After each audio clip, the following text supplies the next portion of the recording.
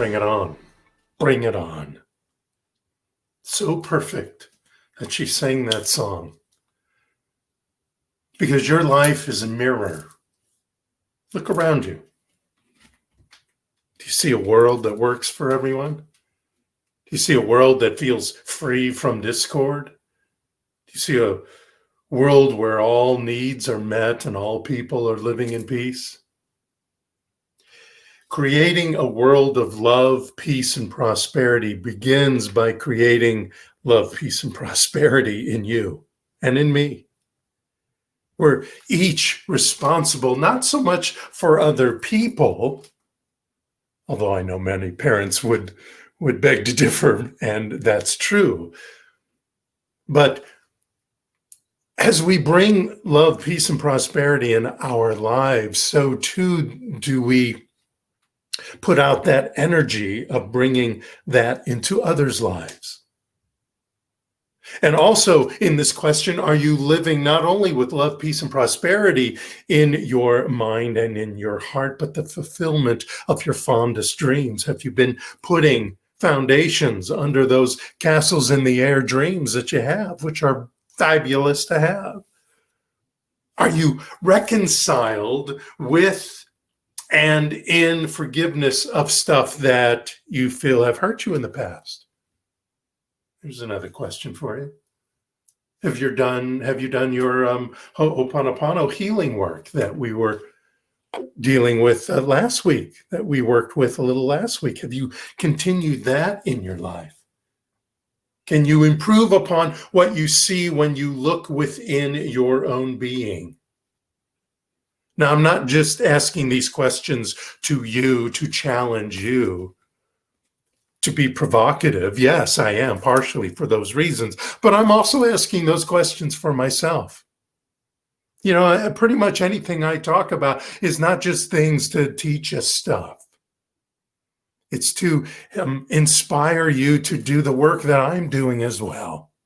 I'm doing this work every day, just like you. And I remember, as I want you to remember, that the good that you are seeking is also seeking you. There's infinite possibilities out there. All you have to do is grab them. They're waiting there, seeking you. The highest good, the innermost God or spirit or divine intelligence, whatever you want to call it, it is ready to reveal itself in you and through each and every one of us right here, right now. And we all seek to recognize that reflection of the divine, that reflection of spirit. The highest and best expression of our good is in everything, everywhere, all the time. It's available to us every minute of every day. We just need to grab it. We just need to also share it and make sure we vibrate that so that that energy goes out throughout the world, throughout the universe. When we see this, when we are in this, when we be this, we can see the potential for creating a world that is free of discord for not only ourselves, but for everyone, everywhere. And as we soak in this awareness, there's no separation from God or our good. Just like Meister Eckhart said, there is no separation. There is no in-between unless we allow it to be. And I know it's sometimes hard to understand and honor the unique characteristics of some of those who we come into contact. But we must realize that each encounter we have, nevertheless, is a divine appointment. Even if we don't like that appointment, most of us at least, don't like going to the dentist, but we do so because it is a divine appointment to keep our teeth healthy and thus our body healthy, et cetera, many, many examples of that. So that if you meet somebody, this is a divine appointment for many reasons to know this person better, to make sure you're around this person a lot, or to learn to avoid this person, or to learn how to be when you are around this person. It's something you learn. That's the divine appointment. We may not understand how or why we showed up to this divine appointment, especially if it seems to be a negative one. We may not even like it, and that's okay. But we have to realize, because we are a divine appointment, everything else is one. The universe doesn't know good and evil, or good or evil. It only knows love. It only brings into our lives that which we invite, for whatever reason. Ernest Holmes in This Thing Called You, I love that book as well. I know it's a favorite of Gary's.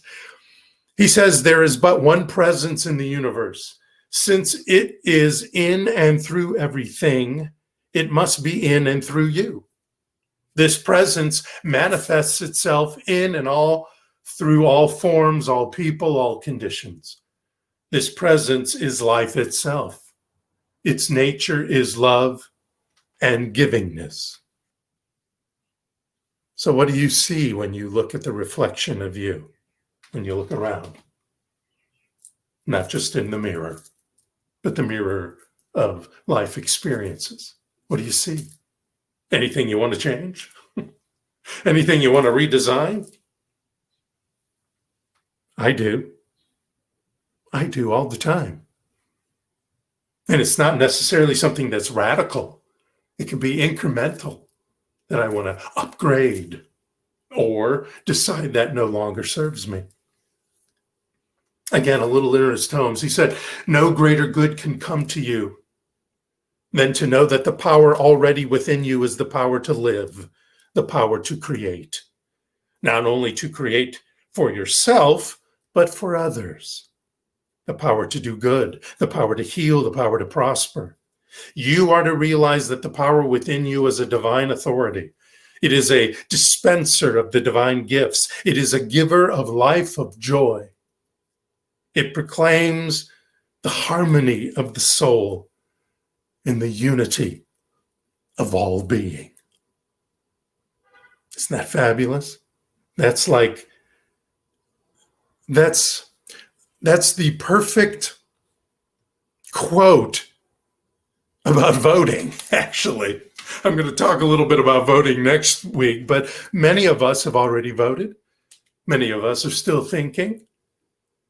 And you can vote early. And I think that it just came to me as I read that, because when I picked that quote, it was to go with what's the rest of the talk and where I am in the talk right now. But as I read that, I realized that's a perfect quote about voting, because our voting is giving of ourselves. It's part of our energy, putting our energy out there for the greater good. We have the ability to redesign, to carve the pumpkin of our lives. As many of you know, next Saturday, many of you, pretty much all of you, know that next Saturday is Halloween. Am I correct? Is that Saturday? I believe it's Saturday. It's Halloween. Happy Halloween. And we will be carving our pumpkins, many of us, figuring out different ways to dole out the candy or not. But we have the ability to redesign our lives. And this whole idea of Halloween and the pumpkins and carving the pumpkins, etc., is a beautiful analogy of changing our lives, of recarving our lives as we desire it. So I want to give you a step-by-step instruction on carving your pumpkin. Now, fortunately, you don't have to pick a perfect pumpkin. Many people like to go to the pumpkin patch and find that perfect pumpkin, the shape, et cetera, but you don't have to do that, because you already are one. You already are the perfect pumpkin. And better yet, if you are of the mature age, whatever number you decide to put to that, I remember a time when 30 was a mature age. That's the best kind of pumpkin. Ripe with wisdom and knowledge and knowing one's self. And you don't have to concern yourself about any, let's say, asymmetrical parts or thoughts you might have, because that just makes for not only a more interesting design when you're carving a pumpkin, but a more interesting design when you're carving out your life. So we want to start out by giving the pumpkin and yourself a good scrub with Castile soap. Just give it a good scrub, wash it down. It helps reduce the number of microorganisms hanging out on the skin of the pumpkin, and also refreshes our body and mind. That might be a great thing to do, at least in your morning spiritual practice work. Take a shower, clean yourself off, refreshing, get those negative ions surrounding you. You want to display your pumpkin uncarved until a day or two before the big day. You want to honor it. You want to show the world not only what this great pumpkin is starting from, but what it will represent as a greatness that it will become. Just like you want to honor where you are right now and the history of your life that made you you. Now, to carve your pumpkin into a jack-o'-lantern or your life to its best, you'll need a couple of tools. For the pumpkin, you need some cutting, scraping, and carving tools. For yourself, you probably have your own spiritual toolbox right now. Here's another question. How many of those are you using? So for the pumpkin, we need a sharp, sturdy, long-bladed knife and a paring knife to carve the jack-o'-lantern. It's usually good to have an awl, A-W-L, for making holes so you can saw, because some people will dig in a hole with this awl or even an apple corer. And you can make a hole, and then you can use a saw to make that hole bigger in whatever shape you want. So too, for our lives, awareness, which we've been talking about all month, mindfulness, quiet, meditation, rest, those things prepare us, are the tools to cut holes in our mind, in our consciousness. Cut the holes in that we want to open up and we want to release the energy of those seeds and stuff that we'll talk about in a little bit that we don't want in there anymore. Having fun also helps that. You know, your hand makes a good scoop for extracting the bulk of the seeds once you cut in there and all that stringy, fibrous goo inside the pumpkin. Or you can use a scraper or a tablespoon or a melon baller or all that kind of stuff to get those stringy guts out of the pumpkin. And so too, we use radical forgiveness to remove that energy that's there that we hold on to, of past hurts, past ideas that we had or actions that we had that were pretty sucky for our lives, to put it plainly. So here's 5 steps. 5 steps to carving the pumpkin. First, cut into the pumpkin. Place your pumpkin on a solid surface. You can wash or spread newspaper so you can catch the drips. Either way. And then you want to draw the bottom cut on the skin with a felt tip marker. Then make a straight-sided opening into the center of the bottom of the pumpkin. Now, we want to use the bottom of the pumpkin instead of the top. Usually, you want to make the top, and you take the top off, and you can put candles and stuff inside the pumpkin. But the bottom is actually better because you don't have to worry about cutting in sideways from the top, so that as the pumpkin changes shape, because all the insides are gone, the top won't slip down. So you do it from the bottom. And that way, also, you won't have weeping liquids building up in the carved pumpkin and attracting insects, which causes spoilage and makes the pumpkin disintegrate a little faster. And it's much easier this way also to put the jack-o'-lantern in the candle, the candle in the jack-o'-lantern, because you put it on that bottom piece and then you put the whole pumpkin on top. And in our lives, this is a way to dig deep. We start from the bottom and go up. We dig deep. And how do we dig deep? We do it with spiritual mind treatment. Spiritual mind treatment or affirmative prayer, whatever you want to call it. And whatever steps you use, you don't have to use this 5 steps we're going to talk about today, but these are just ideas to get you going. So going back to the pumpkin, you use a heavy knife with a sharp point or an awl and the pumpkin saw. And you cut through the skin and flesh into the seed cavity in the center of the pumpkin. You go up. And you got to be careful because pumpkin skin is tough and raw pumpkin flesh is hard. So you want to be careful. You want to don't cut in too far. Don't cut yourself. And once you finish, then you want to lift, pull, and pull the stuff out from the bottom.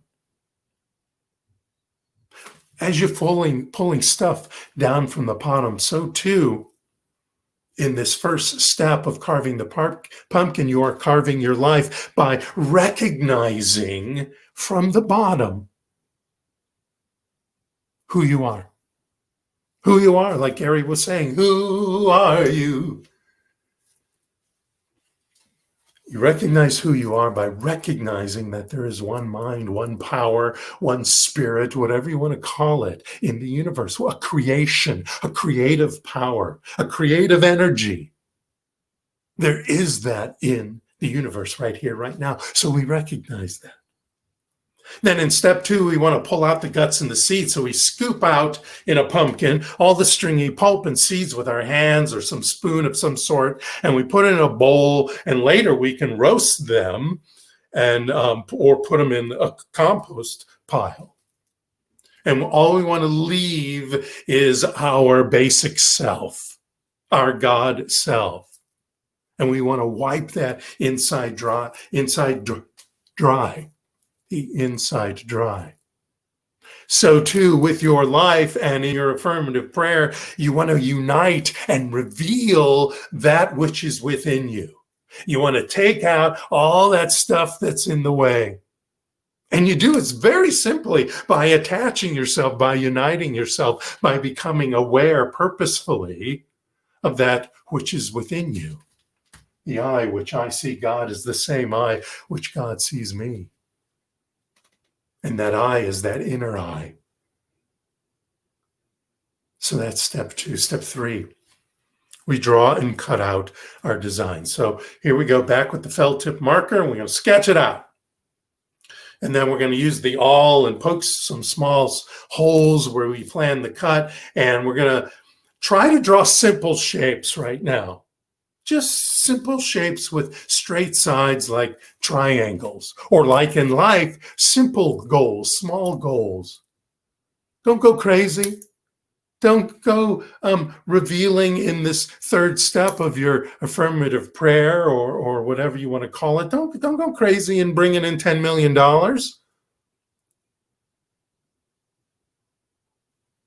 Or anything like that. Start small. It's okay. Build up. Take some time. Build it up. Or you may want to use a pre-made pattern. You may want to, in your 3rd step, so to speak, of this affirmative prayer, bring in the affirmative incantation for the week. So now you've realized that there is one power in your life and that you are empowered by that power because it is within you, and you've pulled out all the stuff that's in your way of knowing that. And now what you want to do is just reveal that affirmative incantation for the week. That's why I write them so in a longer version, because they're so full. And in this 3rd area of your prayer or meditative moment, you want to reveal something full, even if it's something small, a smaller goal. So you want to use that in a pumpkin to cut along. You use this knife to cut along the edges of the marked design, and then you gently press the loose bits into or out of the pumpkin with your finger, and you pull it out. You pull that stuff out. And in so doing, in your affirmative prayer, you are revealing and beginning to, in this revealing, because you are knowing this revealing to be revealed, you're starting to get into the next section. You're starting to release. You're starting to release in the fifth section, actually. You're starting to release this energy, release these guts of this goal, the stuff that's in the way of this goal. You're starting to release that and putting that energy out back into the universe. So now you've done that. Now you've cut out the bits. Now you've made your goals. Now you've revealed and declared into your life what it is you want. Big goal, small goal, the affirmative incantation for the week. So now you want to condition your jack-o'-lantern if you're carving a pumpkin. So once you finish carving that, you want to spray the inside of the cavity and all the cut surfaces with some sort of essential oil-based cleaning spray, or you can soak it overnight in a tub of borax, about a tablespoon of borax per gallon of water. And in your treatment work, in your affirmative prayer work, you want to step into gratitude now. You wash over this revelation, this declaration of your life starting now. You want to wash it with gratitude. Maybe take another hot bath with essential oils and candles. Or just sit quietly in this knowing and this gratitude. Because gratitude means you have it. You're not going to be grateful for something you don't have. And step 5. Illuminate your jack-o'-lantern. So once you've carved a pumpkin into a jack-o'-lantern, you want to show it off, right? So usually you put a light inside. Now we've cut the bottom. Remember, we've cut the bottom. So we put a candle on that bottom, and then we place the rest and light it, of course, and then we place the rest of the pumpkin on top so that it lights your cutouts, whatever those may be. Similar in affirmative prayer or spiritual mind treatment. Now we want to release. Remember, we were pre-releasing a little bit already in the revelation and the declaration of our goal, of what we want, of what we decided was going to be revealed in our lives that we are now grateful for, because we understand the power of our word and understand that it is here now. Whether we see it in the 3D world or not, we know it is here now in the power of the Big Bang. So now, as we illuminate our jack-o'-lantern, so too do we illuminate by releasing our word, the shine of this goal, of this declaration, of this revelation that we are now vibrating into our lives. So I also want to point out that some of you may want to be careful when you're doing this. And some of that has to do with knowing that your belief system comes from the thoughts and feelings and the energies that you are allowing to have most of the time. And of course, as you're doing spiritual mind treatment or affirmative prayer, as you're using these affirmative incantations, that is more powerful because it is a conscious use of this law that we always talk about in the universe, the law of cause and effect. The conscious use of it is more powerful. So you want to be mindful and aware of what your self-talk is. Because some of you may want to avoid carving things that you've carved before. Like this one. Let me show you this one. The mean, nasty, angry pumpkin. Like that. You want to avoid that. You may not want to carve that in your life. Or this next one, the emotional vampire pumpkin who thinks it has to take to have. Like this guy. swallowing up somebody else or something else, swallowing up some idea that doesn't work for them. Or this next pumpkin, the frightened pumpkin. Even if you think there's a reason to be one, like this guy may have a reason to be frightened, it's not something you want to carve into your life. But there's others that are good to carve, like this guy, this next guy. He's good to carve because it's always good to start, to begin in joy and happiness. Begin there. Even if you have to, as they say, I know it's a big new thought thing and a new age thing, fake it till you make it. It actually works. Smiling, even if you don't feel it, changes things in your body and in your mind, and different synapses start snapping in your brain. Even a fake smile or a fake laugh suddenly becomes a real one. We can tell our bodies what to do. Read Beyond Belief. What was the book? I'm saying Beyond Belief because of something else. There's books in neurology and neuroscience and in New Thought and metaphysics about how our brain and our use of it can affect the rest of our body. The whole mind over matter thing is true. The whole idea of placebo, it's true. So start here. Start with a smile. Start with a laugh, even if you don't feel it. That's a good way to start a carving. Whichever you choose, and here's a bunch of them you can choose right there. You got to remember to shine, just like this next one. Remember to shine. You are a divine being.